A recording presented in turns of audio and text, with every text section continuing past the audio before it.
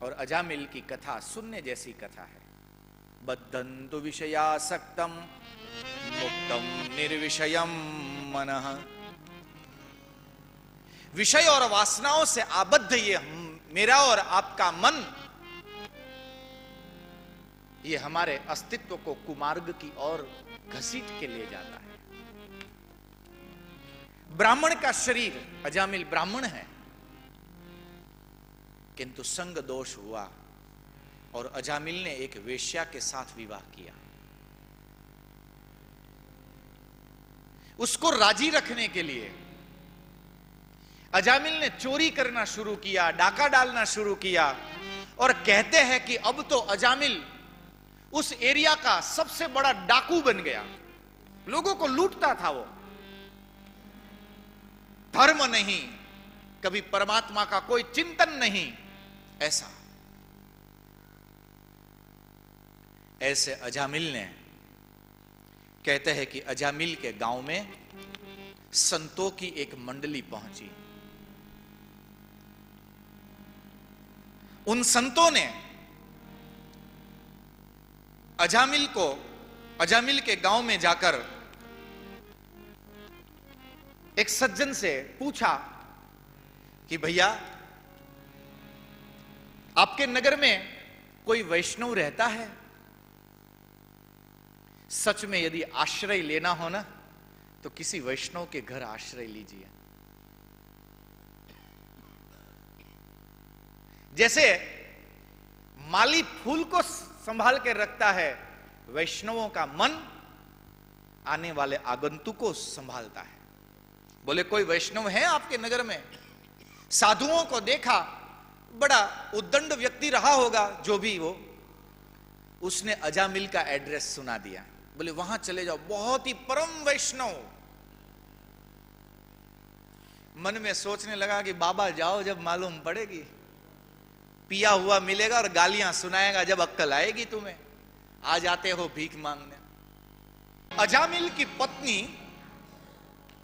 इन संतों के पास दौड़ती हुई बाहर निकलकर प्रणाम करने के लिए आई। साधु तो सरल चित्त होता है ना। अजामिल की पत्नी ने प्रणाम किया। बस उसी समय उस बड़े महात्मा को याद आ गया, तो धीरे से पूछा कि बेटा, ये अजामिल का घर कहां है? अजामिल की पत्नी से ही पूछा। राजी हो गई। बाबा, आप जिस दरवाजे के सामने खड़े हो, वो दरवाजा अजामिल का है। बताइए क्या काम है? बोले, बेटा, दूर से आए हैं, द्वारिका जाना है। तो रात्रि हो गई, तो विचार किया कि किसी वैष्णव के घर आज रात्रि विश्राम करके 2 टिक्कड़ बनाकर राम जी को भोग लगाएंगे, खुद भोग पाएंगे, कुछ समय के लिए सत्संग करेंगे, भगवान का नाम लेंगे। बाबा और तो क्या करेगा बेटा, और फिर सुबह होते ही द्वारिका नाथ के दर्शन करने के लिए यहां से निकलना है। कहते हैं कि अजामिल की पत्नी को किसी ने बेटा नहीं कहा था। पहली बार किसी ने बेटा कहा, रोने लगी। पर विचार आया, पति के स्वभाव को वो जानती थी। बोले, बाबा, लगता है कि किसी ने आपसे मजाक की है। इस पूरे विस्तार का वो नामी डाकू है अजामिल। माताएं यदि बच्चे ज्यादा शैतानी करें ना, तो अजामिल के नाम से डराती है। बच्चे भी डर जाते हैं, इतना दुष्ट है। बाबा, यहां ज्यादा मत रुको। आटा चाहिए आटा ले जाओ, दाल चाहिए दाल ले जाओ, जो चाहिए ले जाओ। बोले, बेटा, आप कौन हो? तब अजामिल की पत्नी ने कहा कि मैं वो अभागी महिला हूं जिसको समाज अजामिल की पत्नी के नाम से जानते हैं। संतों ने जवाब दिया कि बेटा, साधु किसी के घर रोटी खाने के लिए नहीं जाता है। रोटी खिलाने वाले को ऐसा लगता है कि हमारे घर एक बाबा आए थे तो मैंने उनको रोटी खिलाई। इस संसार में कोई किसी को रोटी नहीं खिला सकता है। देने वाला दाता तो वही है। शुक्र कर उस खुदा का या फिर इस मेहमान का, अपना दाना खा रहा है तेरे दस्तरखान पर। संतों ने कहा कि ना बेटा, हम रोटी खाने के लिए नहीं आए हैं, वो तो बहाना है, भोजन तो बहाना है। और कोई भी साधु किसी की रोटी नहीं खाता है। साधु जब आपके घर आता है और आपके घर जब वो अन्न खाता है, रोटी खाता है, तो वो रोटी नहीं खाता है, रोटी के साथ साथ वो आपके पापों को भी जलाकर भस्म कर देता है। बेटा, मैं रोटी खाने यहां नहीं आया हूं, रोटी तो मेरा राम कहीं भी दे देगा, पर यदि अब यही बात तूने कही है तो अब तो यहां से आगे नहीं जाएंगे। बिगड़े हुए को सुधारना। जहां भी जाते हैं ना, सब लोग श्रद्धा पूर्वक हमारे गले माला पहनाकर हमारा स्वागत करते हैं। तो यदि किसी साधु को संसार की दी हुई फूलों की माला पसंद आती है, तो उस साधु का कर्तव्य है कि वो संसार में जो अनिष्ट है, जो दुराचार है, उसको दूर करने के लिए यदि अपमान भी सहन करना पड़े तो वो अपमान सहन करते हुए भी उसको सुधार के छोड़े। उसी का नाम साधु है। भले ही वो अपमान करे, बेटा अब तो हम यहीं रहेंगे। बड़े साधु ने आदेश दिया कि संतो यहीं डेरा जमाओ। डेरा जमाया, धुना दिखाया और चारों ओर बैठकर संतों ने संकीर्तन शुरू किया। श्रीमन नारायण नारायण नारायण, श्रीमन नारायण नारायण नारायण, श्रीमन नारायण नारायण नारायण, श्रीमन नारायण नारायण नारायण, लक्ष्मी नारायण नारायण नारायण, लक्ष्मी नारायण नारायण नारायण, राम नारायण नारायण नारायण, राम नारायण नारायण नारायण, श्रीमन नारायण नारायण नारायण, श्रीमन नारायण नारायण नारायण। रात को लगभग 2 बजे अजामिल आया। घर के दरवाजे के सामने 25-50 साधुओं को संकीर्तन करके देखकर उसका तो मिजाज गया। ए बाबा, उठो यहां से, भागो, जानते नहीं हो मैं कौन हूं। बुजुर्ग संत खड़े हुए, अजामिल को कहा कि अजामिल, द्वारिका जा रहे हैं। वही बात दोहराई। सोचा कहीं रात्रि विश्राम करे, यहां जगह मिल गई तो यहीं रात्रि। अरे तुम्हें मालूम नहीं है किसके साथ बात करते हो, मुझे ज्यादा गुस्सा मत दिलाओ, यहीं के यहीं धड़ से मस्तक अलग कर दूंगा। साधु ने कहा, अजामिल, तेरे इस खड्ग से डरने वाले डरते होंगे, तुझे तो खड्ग उठाना पड़ेगा ना। तुझे मालूम नहीं है कि मेरी भभूत में कितनी ताकत है। ये ताकत बताने की बातें छोड़ दे तू, वो देख जहां ब्रह्मांड नायक बैठा है। तब उस ब्रह्मांड नायक की जब बात आई, अजामिल, तेरी पत्नी ने हमें आटा दाल चावल दिया, आज हमने उसी को प्रसाद के रूप में पाया है। हमारे राम जी ने प्रसाद पाया है और उस प्रसाद को पाकर हमने रात्रि भर भगवान नाम गाया है। बोले हमारा एक नियम है, ध्यान दीजिए फिर से, कि हम जिसके घर रोटी खाते हैं उसको एक नियम देकर जाते हैं, यदि वो नियम का पालन करे तो उसका कल्याण होता है। अजामिल ने छूटते ही जवाब दिया, रोटी खा ली उतना बहुत है, अब निकल लो यहां से, नहीं तो मेरा यदि गुस्सा बढ़ा ना तो बाबा तुम्हें मालूम नहीं है कि क्या हो जाए। बाबा फिर 85 साल का एक बुजुर्ग पर इतनी मजबूती से खड़ा है, आज तक किसी को इस तरीके से सामने खड़े हुए अजामिल ने भी नहीं देखा था।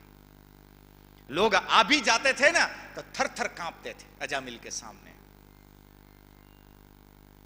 साधु ने आगे कहा कि न मानना हो तेरी मर्जी की बात है, मेरी पूरी बात सुन ले, क्योंकि अब ब्रह्म मुहूर्त होने में है, हमारा निकलने का समय है। आगे की पूरी बात सुन, यदि तू नियम पालना करेगा तो तेरे सारे मनोकामना पूरी हो जाएगी, और यदि तूने नियम पालने में कहीं गलती कर दी तो तेरा माथा फट जाएगा। और तू बाबाओं को जानता नहीं है, हम लोग चाहे ना तो चलते फिरते आदमी को चिड़िया बनाकर उड़ा दे, कहीं तेरे साथ ऐसा ना हो जाए। बस मैं इतना कहने के लिए रुका था। अजामिल कहते हैं कि उस साधु की आवाज से इतना प्रभावित हो गया कि क्रोध उसका ठंडा हो गया। बाबा जी कहते हैं कि अजामिल की पत्नी खुश हो गई, आया ना लाइन में, अब सुधर जाएगा। बाबा जी तो यूं ही है जो, तो आप तो सुन, नियम बताता हूं। हाँ हुकुम, तेरे घर बेटा होगा। अजामिल सोचने लग गया, नियम बता रहे कि आशीर्वाद दे रहे। बोले बस, अरे बोले पूरी तो बात सुन, उस बेटे का नाम नारायण रखना, यदि नारायण रखा तो तेरी मनोकामना पूरी, और यदि कुछ और रखा, आप बोलो तो मेरा ही नाम नारायण कर दूं। संत वहां से चल पड़े। समय बीता, संतों के आशीर्वाद से अजामिल के घर बड़ा संस्कारवान पुत्र जन्म हुआ। संतों के आशीर्वाद से यदि कोई आता है तो मान लो कि धर्म उतर के आता है। यही तो संतों के आशीर्वाद का फल है। नाम रखा नारायण। इतना प्यारा बालक कि अब अजामिल का मन सब दूर से हट गया। सुबह उठते ही नारायण बेटा जागो, नारायण क्या कर रहे हो? ध्रुव सगलानी जपेऊ हरि नाम, पावा अचल अनुपम ठाम। भाव कुभाव अलग आलस हूं। चाहे कैसा भी भाव हो, जितना समय मिले बस जप लो। मंत्र में एक अद्भुत शक्ति होती है, उन शक्तियों को जान लो। बातें करने में कितना समय व्यर्थ करेंगे, उससे तो ज्यादा अच्छा कि कहीं एकांत में बैठकर हरि नाम जपते रहे। काम करते चलो नाम जपते चलो। आप अपना काम करते जाओ, व्यापार करते हैं वो व्यापार करे, गृह कार्य करते हैं वो गृह कार्य करे, साथ हरि नाम जपते जाओ, गुरु मंत्र को जपते जाओ। एक दिन वो मंत्र जगेगा तो मान के चलो कि अपने परिवार में कल्प वृक्ष खिलेगा, जिसके नीचे बैठकर मन की हर मनोकामनाएं पूरी हो जाती है। भाव कुभाव से अजामिल ने आजीवन नारायण का नाम लिया। वृद्धावस्था आई, यम के दूत उसको लेने के लिए आए। प्रचंड रूप यमदूतों का, विकराल, हाथ में दंड लिया था, एक हाथ में पाश और भैंसे का वाहन, उस पर बैठे थे और जोर से यम के दूतों ने अजामिल के गले में पाश डाला। डरने लगा अजामिल, जिसके नाम से दुनिया थर-थर कांपती थी। आज यमदूतों को देखकर अजामिल बिस्तर में सोया सोया कांपने लगा। डर के मारे, नारायण अब बड़ा हो गया था, बेटा नारायण बचाओ, नारायण बचाओ, नारायण बचाओ, रोने लगा। उसी समय नारायण ने, भगवान नारायण ने, मेरे अनंत ने अजामिल की उस आवाज को सुन लिया और पार्षदों को दौड़ाया। बोले जाओ जल्दी, मेरा कोई भक्त मुझे याद कर रहा है, बचाओ उसको। हरि के पार्षद सशंख चक्रम सकिरीट कुंडलम सपीत वस्त्रम सरसी रुहे क्षणम, चतुर्भुज पीतांबरधारी, हाथ में शंख चक्र गदा पद्म लेकर भगवान के पार्षद भगवान जैसे बनकर विमान लेकर दौड़कर आए। जैसे ही हरि के पार्षदों को आते हुए देखा, कहते हैं कि यमदूतों ने पाश उतार लिया। डर के मारे अभी भी फड़फड़ाता हुआ अजामिल नारायण नारायण बचाओ मुझे, बचाओ मुझे चिल्ला रहा है। पथारी में सोया पड़ा है। हरि के पार्षदों के सामने यम के दूत नतमस्तक होकर खड़े हो गए। हरि के पार्षदों ने यमदूतों को कहा कि यमदूत आप लोग जाओ। बोले महाराज इसकी चिट्ठी लेकर हम आए हैं, देखिए एड्रेस। हरि के पार्षदों ने कहा कि इसकी चिट्ठी तो हम लेकर आए हैं। दोनों के बीच में विवाद हुआ। कति संति हसास्तारो जीवलोकस्य वै प्रभो। तब हरि के पार्षदों ने कहा कि इसका निर्णय भगवान करेंगे, किसको यमलोक जाना कि वैकुंठ। अभी तो हम ही लेकर जाएंगे। अजामिल को विमान में बिठाया और वैकुंठ लेकर गए। अजामिल के ऊपर केस चला। ऐसा नहीं है कि वकील यही है, वकील आपको हर जगह मिल जाएंगे। पहुंचे वहां, केस चला। अजामिल के वकील ने भगवान के सामने दलील लगाई। बोले महाराज, बोले इसने जीवन भर पाप किया है, इसलिए इसको यमलोक जाना चाहिए। सरकारी वकील ने कहा। तो अजामिल के वकील ने कहा कि महाराज आपने एकदम सही फरमाया है, जिसने भी पाप किया हो उसको तो यमलोक ही जाना चाहिए। आप तो गलत हो ही नहीं सकते, इसलिए तो आपको सरकारी वकील बनाया। पर मेरी एक अर्जी सुन लो। हुकुम,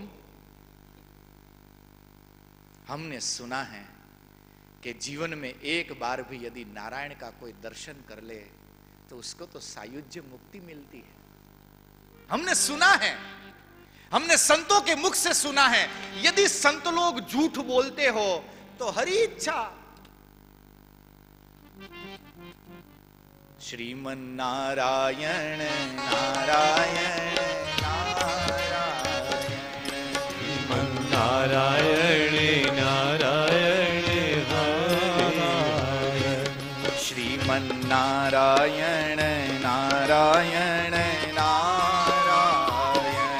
श्रीमन नारायण नारायण नारायण, लक्ष्मी नारायण नारायण नारायण, लक्ष्मी नारायण नारायण नारायण, श्रीमन नारायण। पुकार लो, कहीं ऐसा न हो कि कल मौका न मिले। श्रीमन नारायण नारायण नारायण। तो दीदी, अजामिल का उपाख्यान चल रहा है, तो आगे की तो सब हमने कर ली, तो अब उपसंहार बचा है। तो अब भाव से सुनिए, क्योंकि अभी आपको समय है।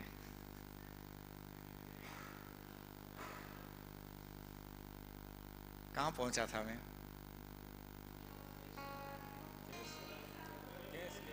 सरकारी वकील। मेरे श्रोता देखिए कितने, कोई सोता नहीं है, ये सब श्रोता है, कोई सोता नहीं है। हाँ, इति सिद्धम श्रीमन्नारायण नारायण नारायण श्रीमन्नारायण नारायण नारायण श्रीमन्नारायण नारायण नारायण श्रीमन्नारायण नारायण नारायण। देखिए, मैं कथा करना सीख रहा हूं। अब मुझे पास करने वालों को टेंशन करना कि ठीक करे कि ना करे, तो मैं मजे लेता हूं। जब पास करने वाले बैठे हो,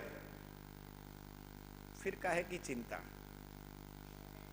हर खुशी मिल जाएगी चरणों में झुक जाने के बाद।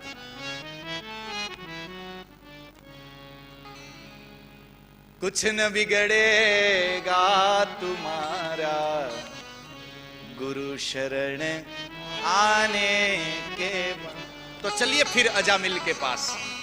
तो अजामिल के वकील ने कहा कि बोले महाराज, हमने संतों के मुख से सुना है दीदी कि जो एक बार भगवान का दर्शन कर ले उसको सायुज्य मुक्ति मिलती है। बात सही है?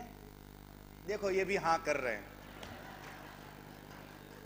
तो सरकारी वकील ने वीडियो एविडेंस दिया दीदी को बोलते हुए, बोले यदि संत लोग झूठ बोलते हो तो इसको यमलोक भेजो, और यदि आपके संत सही बोलते हो तो इसको सायुज्य मुक्ति दे दो।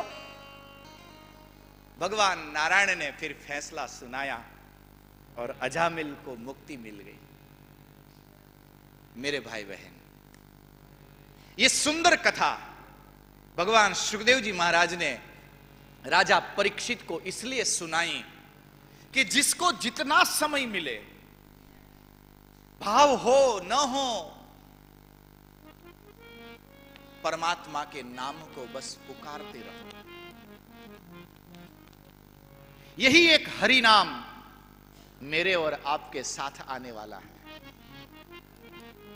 कृतम कर्म शुभाशुभम अवश्यम एव भोक्तव्यम। जो भी हम शुभाशुभ कर्म करते हैं उसको अवश्य भोगना ही पड़ता है।